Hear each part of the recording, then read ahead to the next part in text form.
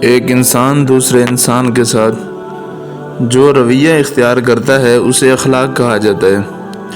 یہ رویہ پسندیدہ اور شریفانہ ہے تو اسے حسن اخلاق کہا جائے گا۔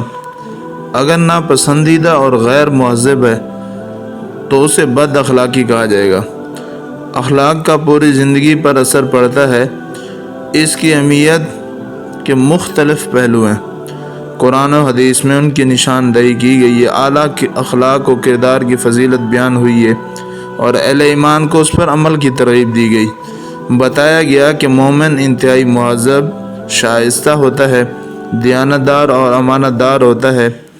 کذب بیانی اور دروغ گوئی سے اس کی زبان آلودہ نہیں ہوتی۔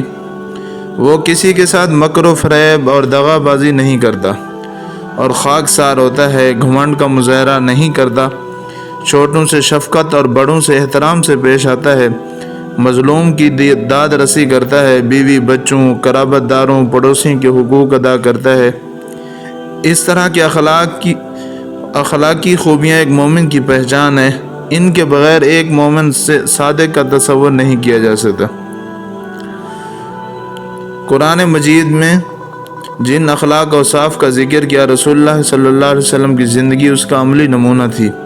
حضرت عائشہ رضی اللہ عنہ درخواست کی ایک صحابی رسول نے حضور کے اخلاق کے بارے میں بتائیے۔ آپ نے جواب دیا، آپ قرآن نہیں پڑھتے؟ انہوں نے فرمایا، میں پڑھتا ہوں۔ آپ امی عائشہ صدیقہ رضی اللہ عنہ نے فرمایا، وہی تو حضور اکرم صلی اللہ علیہ وسلم کے اخلاق ہیں جو قرآن میں ذکر ہیں۔ اور حسن اخلاق کی فضیلت، بے شک مومن اپنے حسن اخلاق کے ذریعے وہ مقام حاصل کر لیتا ہے جو قائم اللیل اور صائم النہار کا ہے۔ قائم اللیل اس شخص کو کہا جاتا ہے جو اپنی رات نماز تہجد میں گزارے۔ صائم النہار وہ جو دن میں مستقل روزے رکھے۔ یا نفل نماز اور روزوں کا ذکر ہے۔ اس بات کی دلیل ہے کہ حسن اخلاق بڑی سے بڑی نفلی عبادت کے برابر ہے۔